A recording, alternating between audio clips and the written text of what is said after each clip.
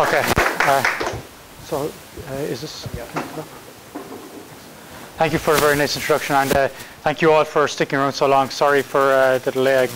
My own fault. I got completely lost, and I took a wrong turn on Old Adobe Road and was lost in some farms somewhere out here and couldn't find my way back until a nice lady gave me directions. So thank you for sticking around.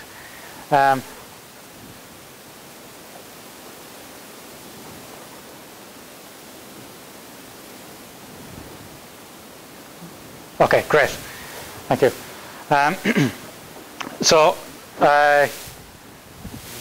Looking out, looks like there might be quite a few senior people in the audience who have a pretty good knowledge, but I've also told that there might be some juniors or sophomores in the audience, so the talk is kind of tailored a bit more to that level.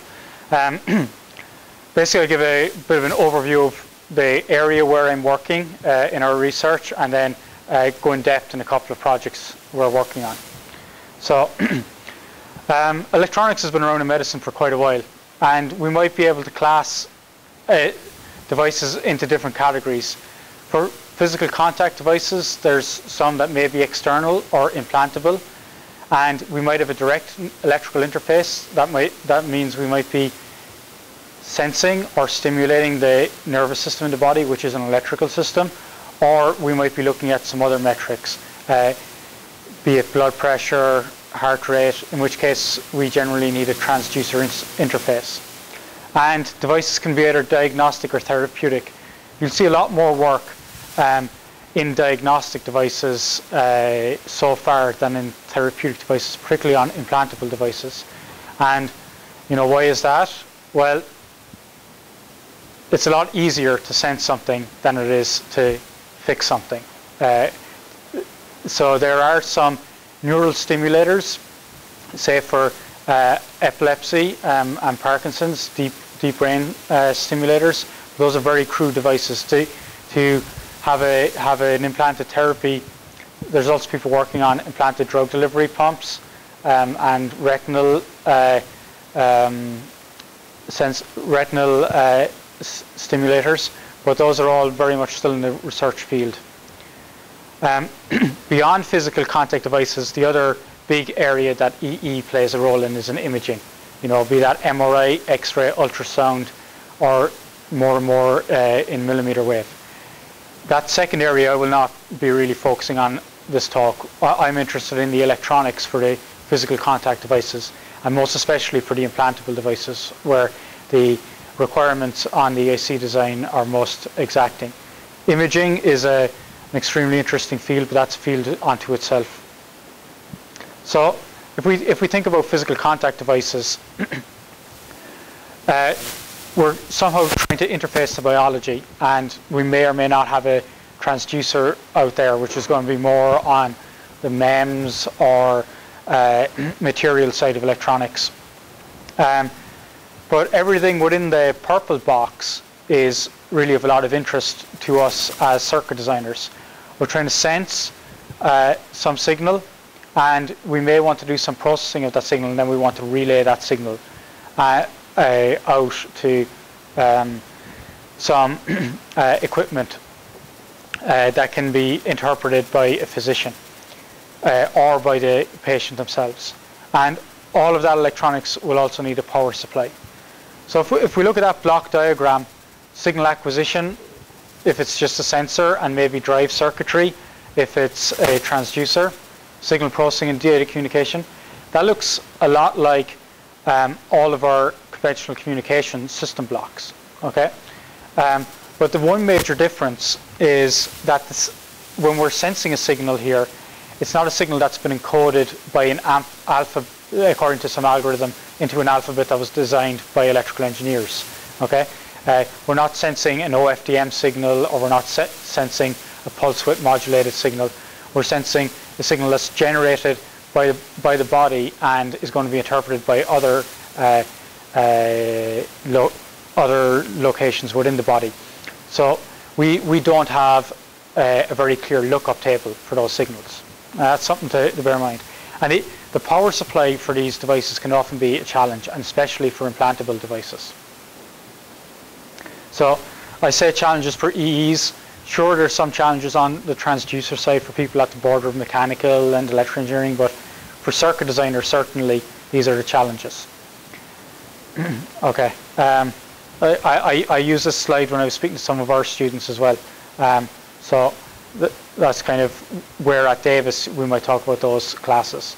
But external electronic medical devices, sure, there's imaging and electrocardiogram. Many of you have seen this, have seen the electrocardiogram being read, measuring the electrical pulses generated in the heart and some signature shapes.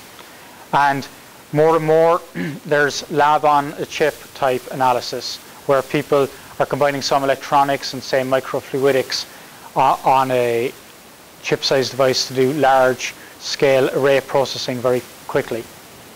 And those are all commercial products and really well understood.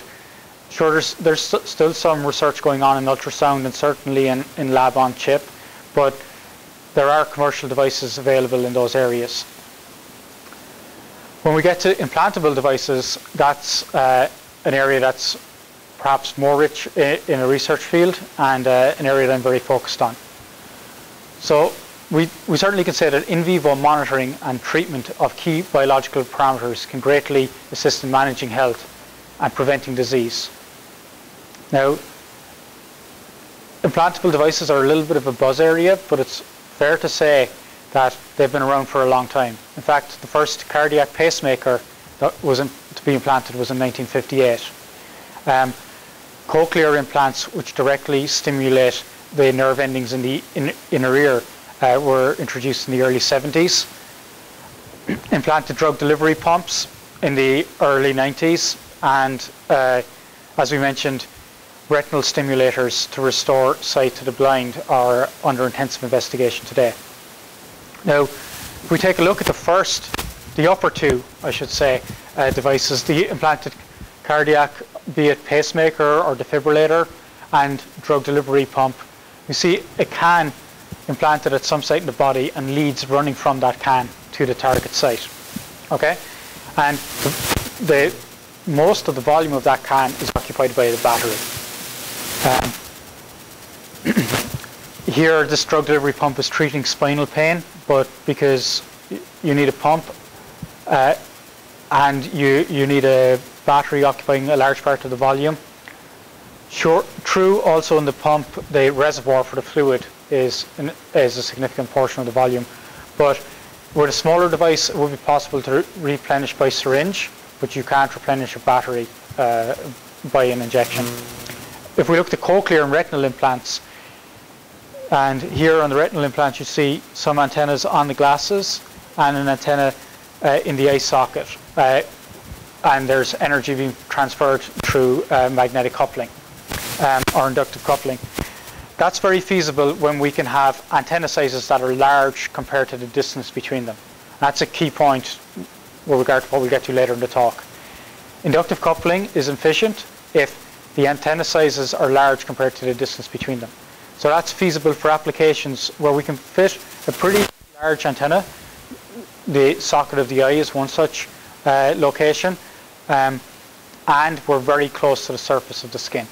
But if we're restricted to a smaller device and at greater implant depths, that's less and less feasible. So looking to the future, perhaps the holy grail of the implanted medical device industry is an implantable leucosensor. This is one attempted and failed commercial product which had too short a lifetime. It was relying on a battery and the lifetime was only just over a week, which really wasn't feasible for implantation. Swallowable endoscopy capsules are another area that are under investigation. Smart pills, and you might see that Proteus Biomedical of Redwood City recently had FDA approval for an ingestible smart pill. And looking further to the future, distributed diagnostic and therapeutic systems that sense and stimulate at multiple sites rather than transferring one large pulse, but transferring a concert of coherent pulses that will do less damage may be attractive. Power supply is one of the power supply size, physical size, is one of the main barriers to development of all of these devices. Generally, looking at that binning between external and implantable devices, we could say external devices are not invasive. That's super, right? If for a particular application we can use an external device, we should. But they're limited in spatial resolution, and they're somewhat power constrained, and can't really be used for therapeutic applications. Certainly, if we need to deliver a drug or if we need to deliver an electric pulse. Implantable devices, the big drawback is that surgery or ingestion is required. But we can be very precise in our targeting of any drug or stimulus, and we can be very precise in knowing what we're sensing. So we get very good spatial resolution, and we do less damage. That's pretty attractive. So let's talk a little bit about some electrical interface devices now. Why look at the electrical interface? Well, and there's no need to be able to read all of these organs, but what I'm trying to bring out is that all of these organs in the body are controlled either by our conscious nervous system or our parasympathetic nervous system. Either way, they're controlled by electrical signals. So they may be generated consciously or semi-consciously from active cortices in our brain, or they may be generated within the parasympathetic nervous system. But either way, they rely on electrical signals for their correct operation.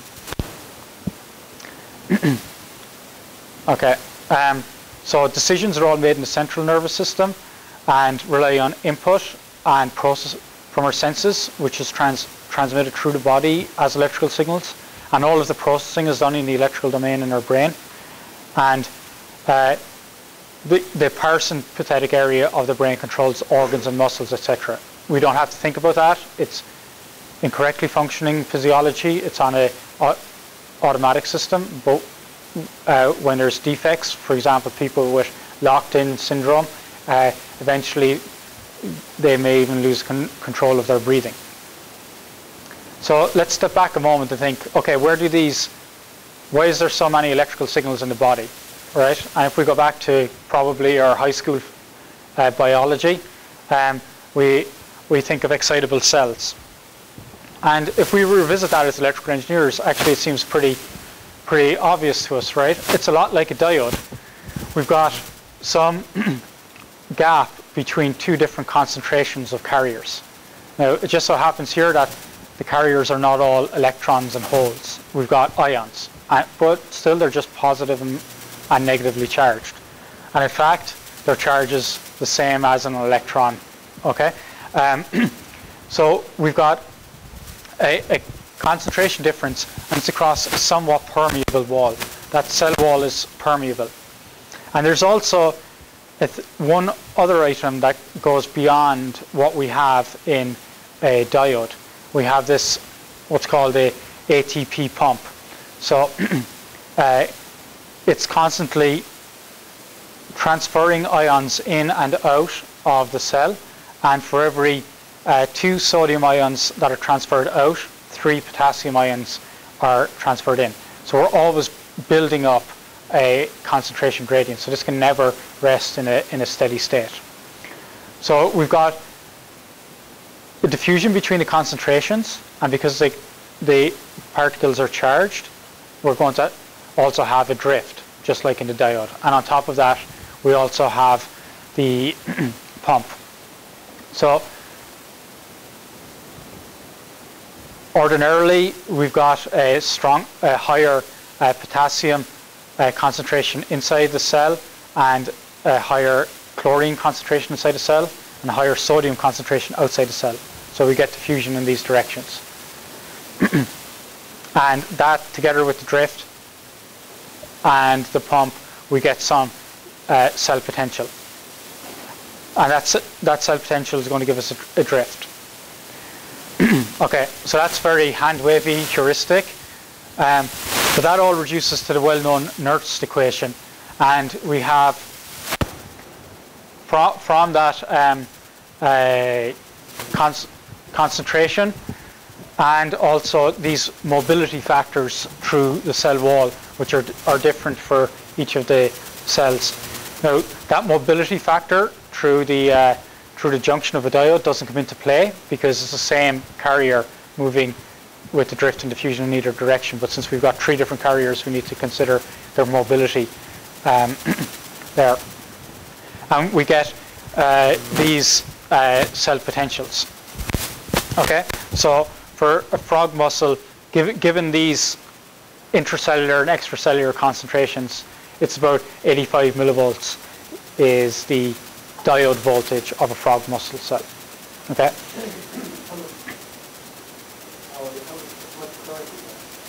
How much current? Well,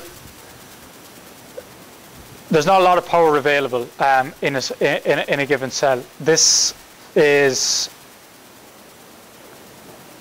we could say, what current flowing when, right? When there's an action potential induced, then we get a spike of current, but we don't have a continuous current flowing. And across the cell, it's microamps, low microamps of current, but over a really, really short period of time that the action pulse. So the charge transfer is tiny. Over a really tiny, very, very tiny spike. Okay? So those permeabilities are that was a pretty simplified representation. Those permeabilities are function of the cell potential. Okay, so they're really non-linear resistances that we have here. And we can, so really we need a non-linear circuit model to look at all of that.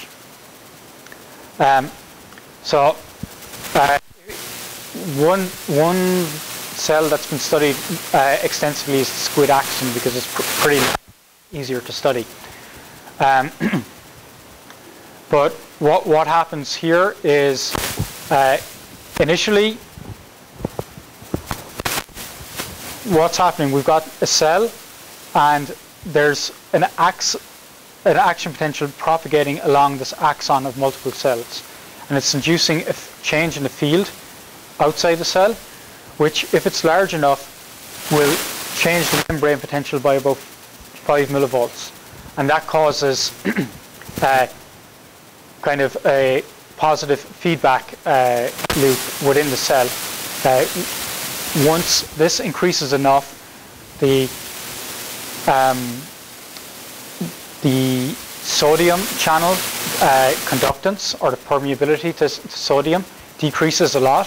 So we suddenly get a spike of sodium flowing. And when that happens, that increases enough, it opens the potassium channels. And those allow potassium to flow. And that's how we get our characteristic voltage spike. And that propagates along the axon. Okay?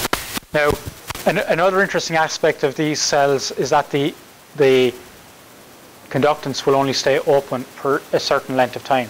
It has a memory, and it closes after a certain length of time, no matter what voltage we apply.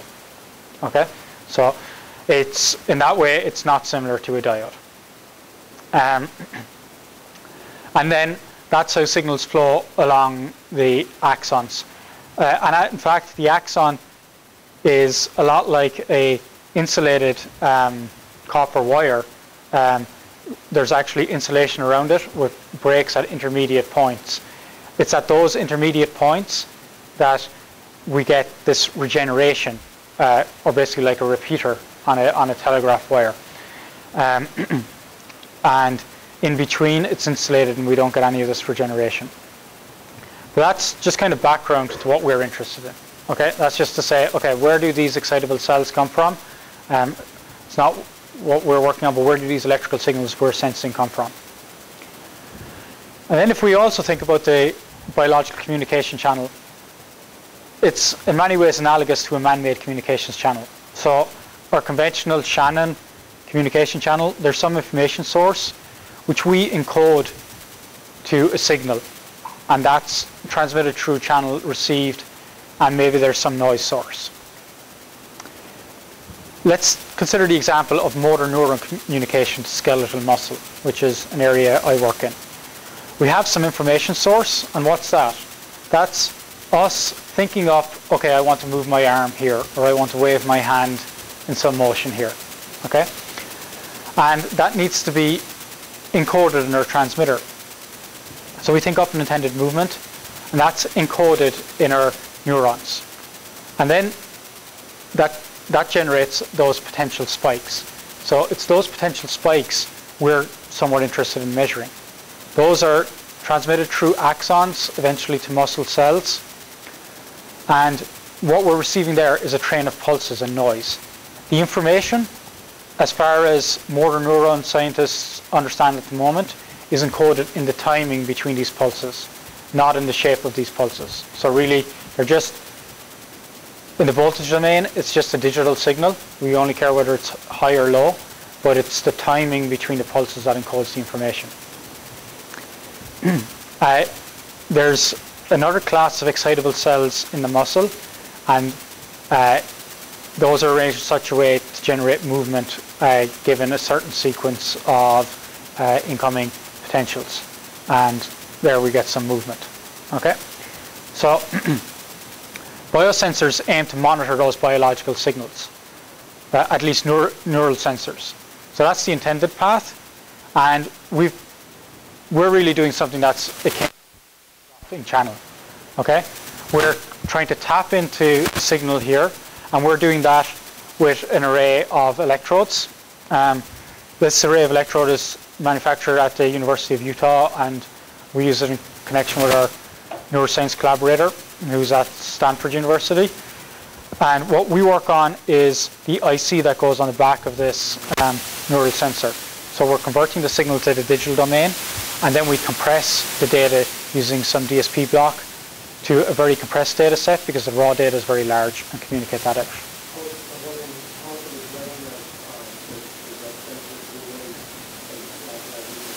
Good question. Our sensor that we're using is purely capacitive sensing. So we're not drawing any current. We're just tapping into the voltage. So we've got a capacitance that's, we're basically proximity measuring the field. We're not piercing the neuron.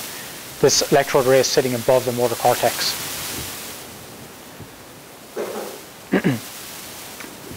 So let's look at a little bit of some general examples and get pretty specific on our item of work. So different organs have different electrical sense and control structures, and for sure pathologies unique to that organ can occur. So we need to understand the electrical circuitry and function of the organ. We need to determine or diagnose the precise problem and the electrical cause, and we need to design and implement the solution. And often that takes the form of a man-made device mimicking the desired electrical performance. And certainly in the case that we've been working on, this is a multi-institution project. Okay, we're working on the IC that goes above the motor cortex. Somebody else at Utah worked on the electrodes, and somebody else at Stanford works on implanting this in a monkey. Okay, and then other groups entirely are working on using our information to control artificial limbs. So let's dive into some examples. We'll spend a good bit of time on the brain-computer interface, where we've done a lot of work, and also talk a little bit about cardiac pacing, where we're doing some work. So in a correctly functioning nervous system, signals are sent from the brain to muscles in order to control movement.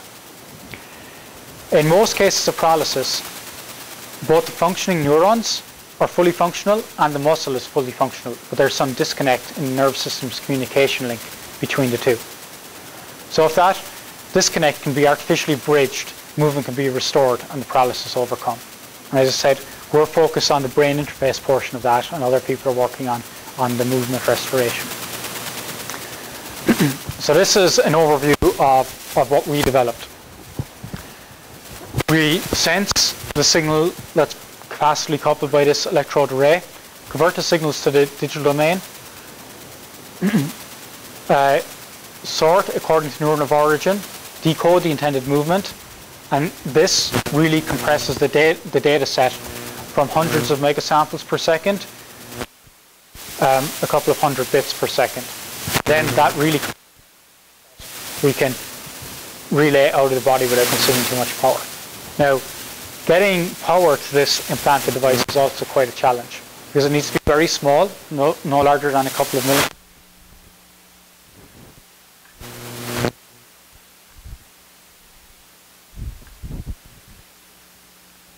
Leads from a can somewhere else in the head,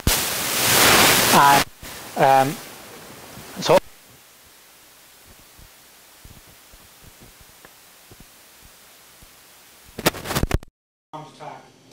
previously a major power sink of this block was the analog to digital conversion. So our work reduced the power consumption for the ADC compared to the best ADC in this application space by over a factor of 100. Square implanted antenna at a 1.5 centimeter implant depth. So I'll talk about those two tracks in this talk. So first, let's analog to digital. Are in the analog, real world signals are analog, but we do processing better in the digital domain, much more efficiently for most applications. Whatever type of A to D architecture we use, for example, if we use a flash architecture and we want to get n bits, we'll need 2 to the n minus 1 comparators. If we use a successful approximation converter, we'll have a capacitor array whose size scales exponentially with the resolution n. N is the number of bits here. And if we have something like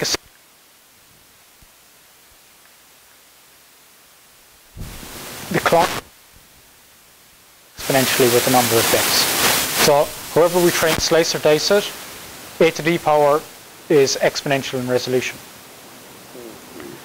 So digitizing more bits than necessary wastes a lot of power. Okay, now let's look at what we need for the neural sensing case. We had 96 electrodes, 96 because the 4 corners were used as references, okay, to figure out what the baseline DC voltage in the fluid around the implant was. And we have a 30 kilohertz signal bandwidth. We oversample slightly to ease the anti-aliasing filter requirements. Now let's think about the resolution that's required.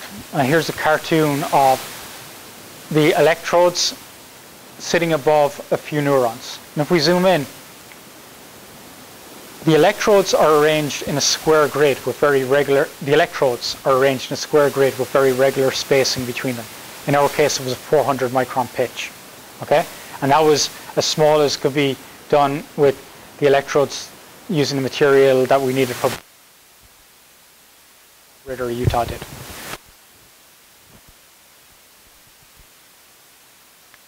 Okay? The body puts them wherever it decides it's useful. The signal strengths are very variable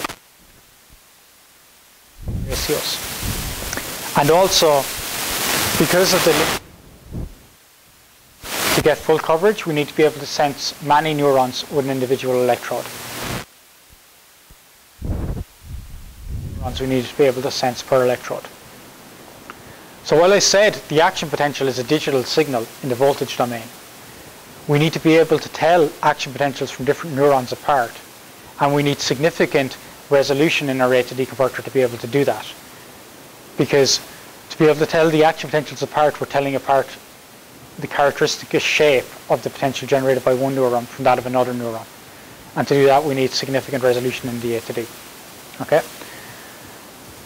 But since the strengths are variable and the number of neurons is incident on electrodes is variable, we might ask, can we adapt the resolutions to save power? And to do that, we need to look a little bit more at neural signals. So, the voltage spikes, and information is encoded in the timing between the spikes. Here is an overlay of single, okay? And I've taken out the baseline noise.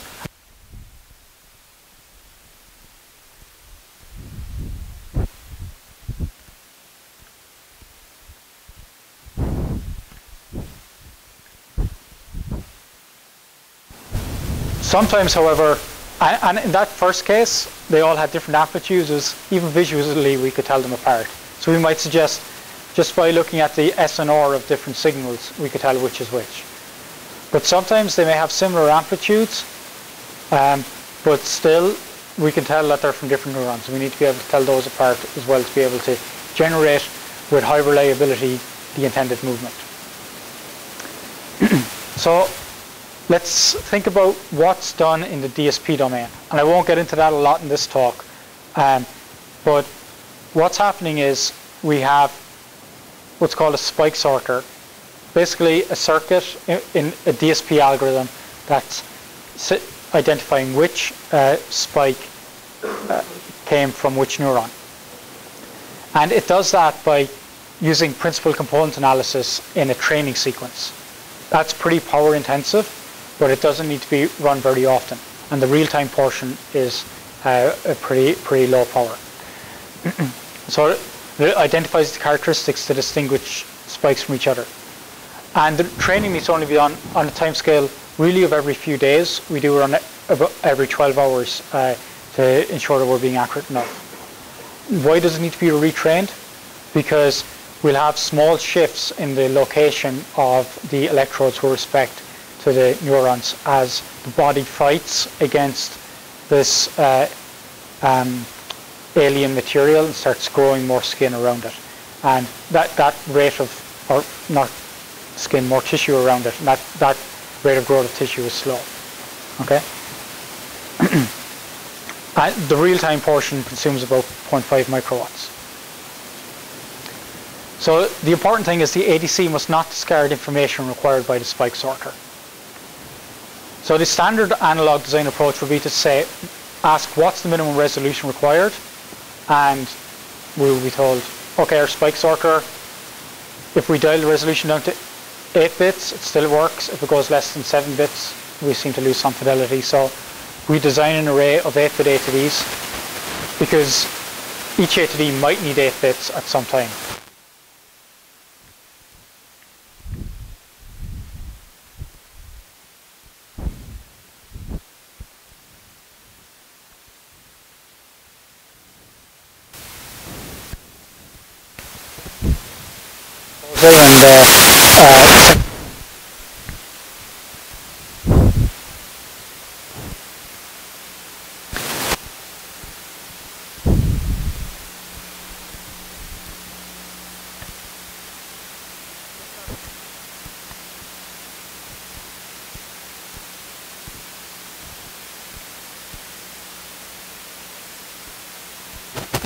That's incident. We digitize it at full 8-bit resolution, sort it, and classify it as having originated at some particular neuron.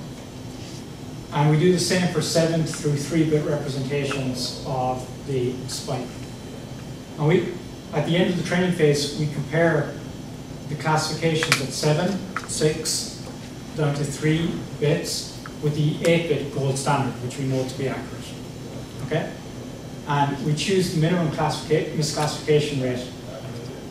We choose the minimum resolution, which allows misclassification rate below some allowable maximum for a DSP to work. So the complexity of that is 5 real-time, complexity overhead is 5 real-time spike sorters during training and 5 16-bit counters during training. And it's pretty low power overhead, mostly because it's at a very low duty cycle. Okay, this is only happening once every 12 hours.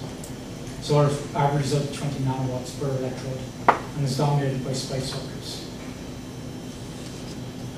So for typical recording from the rhesus monkey, all of this was done with rhesus monkeys, not humans, is gave this distribution of assigned resolutions for a misclassification rate less than 1%. And we see that, sure, some of the time we need a full 8-bit resolution, but a lot of the time we can, or with a lot of the A to Ds, we can get away with a lot less resolution. Okay, so we can save quite a lot of power there.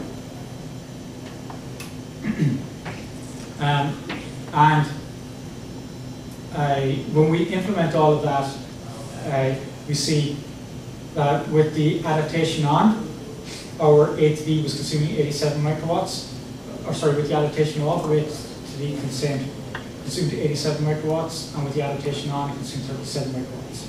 So the adaptation gave it a factor of 2.3 power saving. And the rest of our power saving was due to some circuit innovations that were reported in our papers, but given this talk is supposed to cater to undergraduates, so I won't get into too much of the IC work there. But anyways, interested, we can chat about it afterwards. Okay. A second example is cardiac pacing. So, cardiac pumping cycle consists of 4 phases, or 2 phases in 2 subphases each.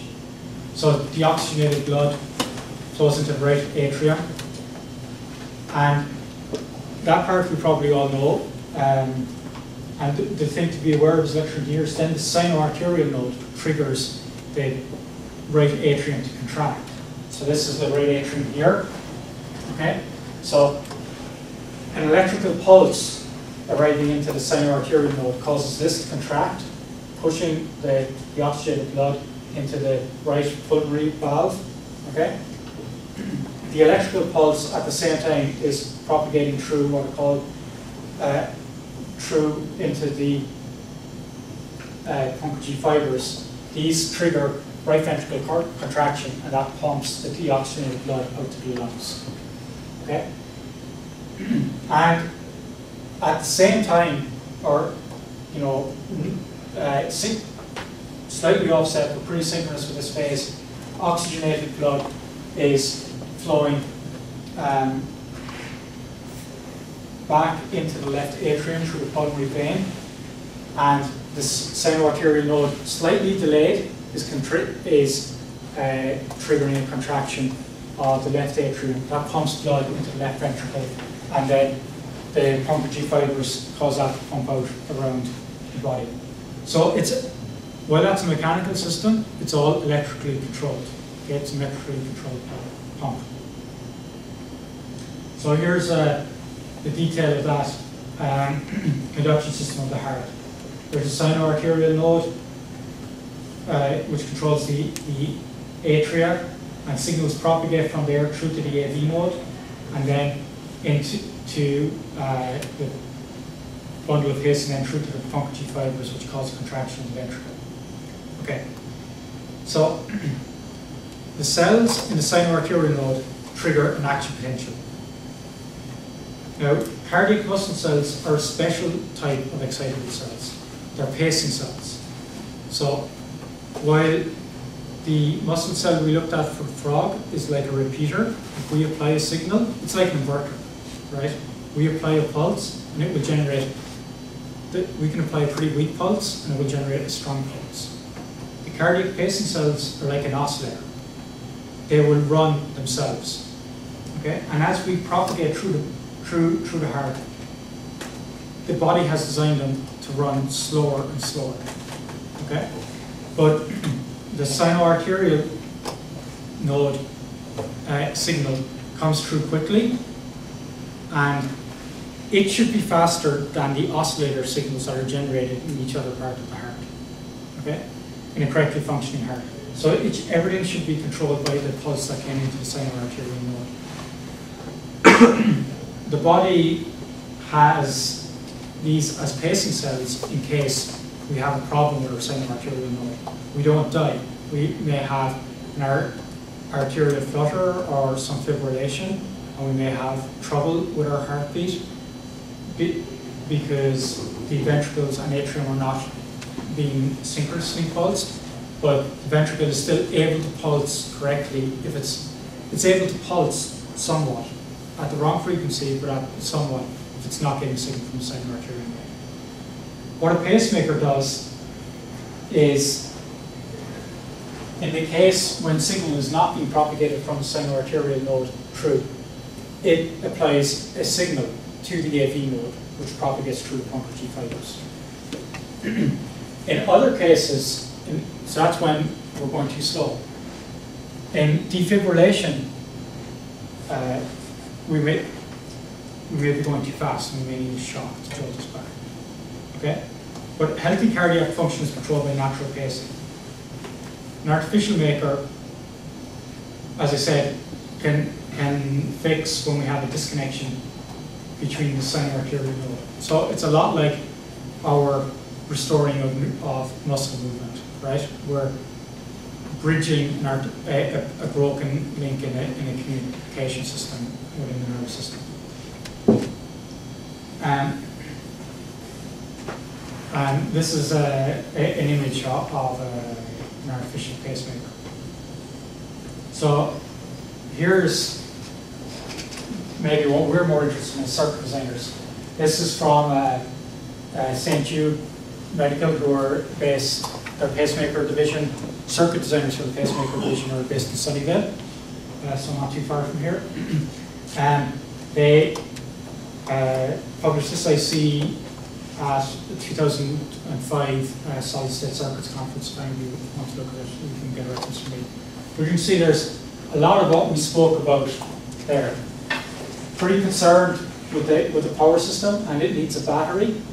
We need wireless communication, and we need A to D converters, sense amplifiers, and this is a case where we're not only sensing, but it's also therapeutic. Okay, so we need to generate very high voltages to stimulate the cells. Now, does anybody have a problem with me saying we need to generate very high voltage to stimulate the cells?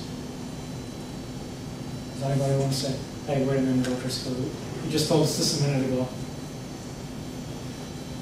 So when we were speaking about the cells, we said excitable cells might generate a potential of maybe about 60 to 80 millivolts. So why do we need to generate a very large potential? Well, because the pacemaker leads are not getting close enough to an individual cell. They have to go through quite a bit of muscle, fibers, and tissues before they get to the AV node. Okay? So we're hitting them with a jolt of very high voltage. Right? So that's one of the attractions of doing something like a distributed system where we can stimulate a number of nodes in coherence. Hopefully we can need to develop a much lower voltage at the cell, which will ease our charge pumping requirements, but also ease our power supply requirements. But either way, even as they stand, they're pretty interesting IC design projects. Okay, a lot of blocks that you see in different classes on this IC here. Okay, and this is an image courtesy of Lewis One from St. Jude. Okay, so let's talk a little bit about power supply for these devices.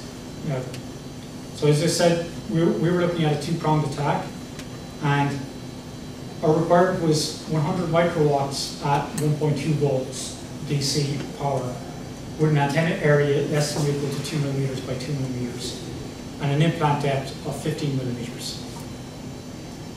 Okay, so a conventional bioimplant power transfer, we have an amplifier driving a transmit. The black loop is to indicate the transmit antenna outside the body, and that will have some resonant tuning.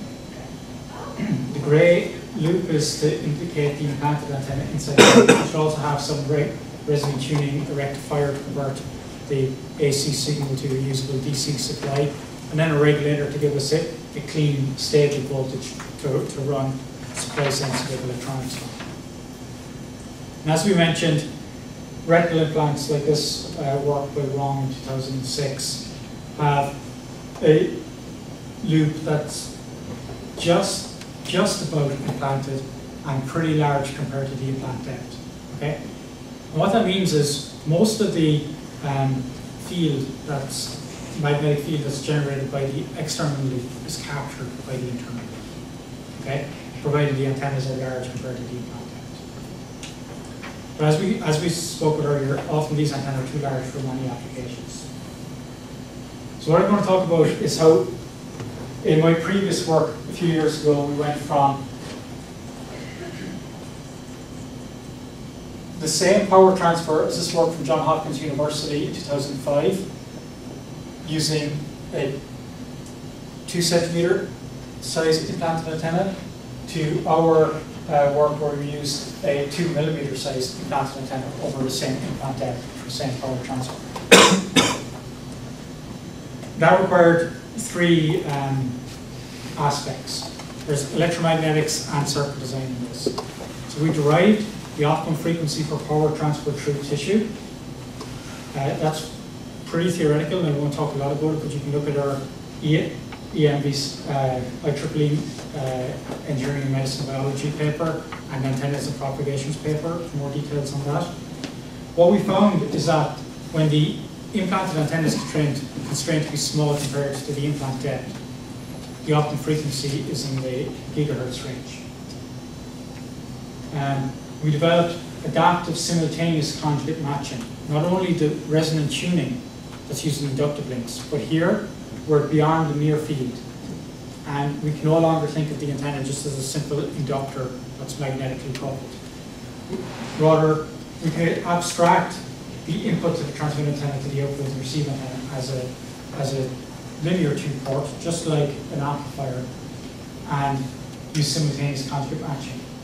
But the match is very sensitive to tissue parameters. Okay? For example, you and I, and say the former governor, have different physiques and physiologies, right? So we have different fat to muscle ratios, and that will have a very significant impact on the impedance that's seen by those antennas and the matching that's required. And we developed, well, for integrated circuits, it was a new development, but it was a revisitation of an old circuit from JFET regulators, this current steering rectifier. Okay, I won't, in the interest of time, I won't spend a lot of time on the details of those work, but I'm happy to chat or share papers with anybody who's interested in any of these three areas. And we derived a formula for the optimum frequency for power transmission to area constrained implanted antennas, where D is the implant depth, tau is the dielectric relaxation constant. That models how quickly the polarization of the tissue can keep up with the applied field. And that's actually the dominant loss mechanism here, it's not eddy current loss. Okay? And the epsilons are part of the Debye model for frequency-dependent permittivity. So things we're working on in my group at the moment are beamformed power transmission. So that was our previous work, where we found the optimum frequency, designed good circuits to work with it. But if we think about power transfer, and we replace the external antenna with an array of smaller antennas, our goal is to focus the energy on the implanted antenna wherever it is. That will allow us to focus the field on the receiver and allow deeper penetration and higher efficiency, less tissue heating for a given power transfer to the implanted device. The circuit challenges for this are multi-port matching and transmitter isolation. And we've got some significant signal processing challenges, beamforming in the radiating near field. We're in between far field and near field here, so beamforming is a relatively unexplored problem. And our goal is to maximize efficiency, not signal to noise ratios. So again, it's different beamforming and communications. Also, allied with that, we want to estimate the location of the implanted device. But that's also important for being able to interpret better the information we get from sensors. So if we think about it, we're inducing a current in the implanted device, and that sets up a weak backscattered field. That field will have a different magnitude and phase at each element in the transmit antenna. So the transmit array senses the scattered field, and we estimate the receiver location. And my student, Martin Zoll, has done good work on that. You can look at his paper from this year at the IEEE EMB conference. And there are significant circuit challenges. We need very high sensitivity. So partly we're doing subtraction in the electromagnetic domain using differential antennas.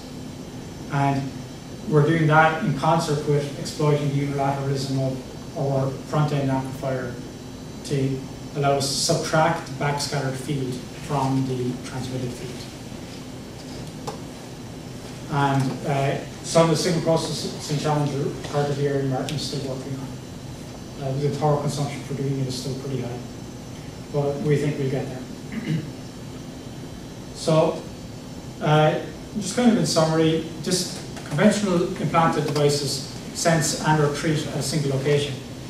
One of our goals is millimeter-sized autonomous implanted devices, which will enable distributed sensing and treatment.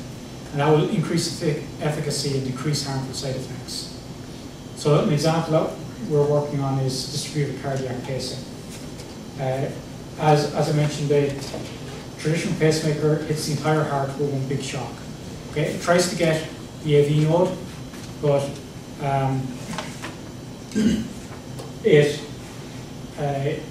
in a certain class of application, it gets the AV node. In other classes, that's less feasible. So it's work we're collaborating on with physiologists or electrophysiologists at the UC Davis Medical Center. And another work we're working on with UC Davis Veterinary Center is an ingestible GI tract, gastrointestinal tract monitor for cattle. This is interesting to us because it really pushes the boundaries of power delivery. I mentioned ourselves and the former governor have different fat and muscle ratios. For these guys, cattle have a lot of tissue to get through. So it's a very interesting challenge from power scavenging. And what we're doing is replacing this large device, which is implanted through a bolus. It's basically a valve put on the side of the cow. Okay? And in very large herds, that's done in about 1 in 1,000. Okay? So if some of you visited farms, you may have seen it. We're working to replace that with a small ingestible device. There are some ingestible devices for cattle, but we're trying to put the entire functionality of this bolus in there. Okay. And we want it to be far range, which will allow triangulation of position also. Okay. I'll skip this slide in the interest of time because I think some people are trying to get it. So conclusions. Biomedical electronics is an exciting growing area with valuable impact. It relies on circuits, devices, signal processing, and biology. And I think the stage it's at the moment, there's a requirement for the circuit designers to have an understanding of some of the biological aspects and a lot of the signal processing aspects to be able to come up with systems that are efficient. And the fun is just getting started. Okay, so if any of you have more questions, feel free to contact me, or if you're in Davis anytime, stop by. Okay. Thanks very much.